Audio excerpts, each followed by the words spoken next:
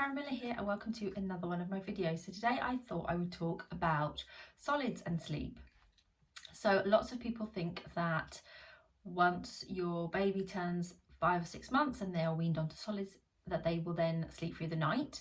I think that's a really old-fashioned kind of misconception around general weaning and solids.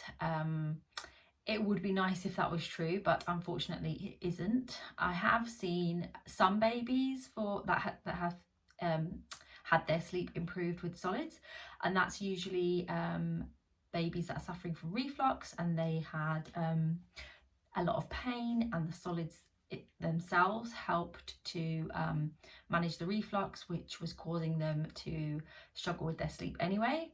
As well as very hungry babies where the milk wasn't sufficient and they really needed that little bit more tanking up, if you like, to help them to be able to do longer chunks at night. But generally, on the whole, solids don't really make much of a difference. And I have come across lots of clients who have come to me when their baby is about 8-9 months and said that they thought that once their baby had been weaned onto solids that meant that they would start sleeping better, and when that didn't happen they realized that wasn't actually the issue. Hunger wasn't the issue. Solids can actually cause a negative impact to your child's sleep, especially if it's done too quickly. So it's actually not necessary to wean your child onto 3 meals right away. It's better to do it slowly.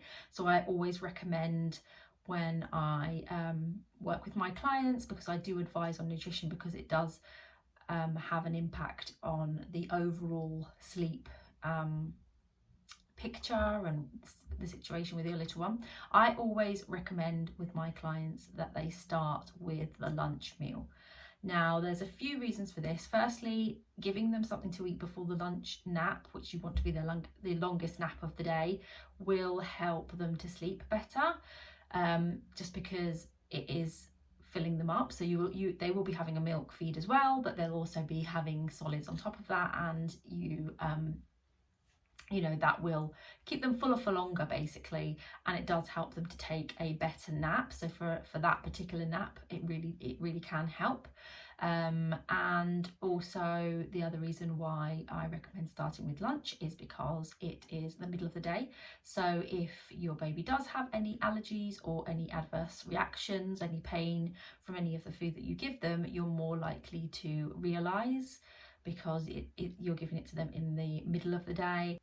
And then moving on to dinner, in terms of the dinner meal, I tend to recommend that you don't really need to introduce that until they're more towards the 8-month mark, really, before they need dinner, and then breakfast to come after their dinner meal.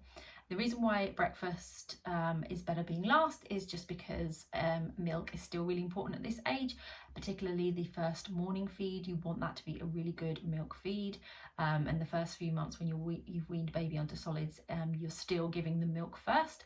So yeah, it just helps them to take a bigger milk feed in the morning if they are not having breakfast straight away. So that's what I recommend in terms of meals. In terms of specifically the types of food to eat, the only thing really to advise on that is that including some protein with the lunch meal initially when you first wean them, again, protein helps to keep us fuller for longer.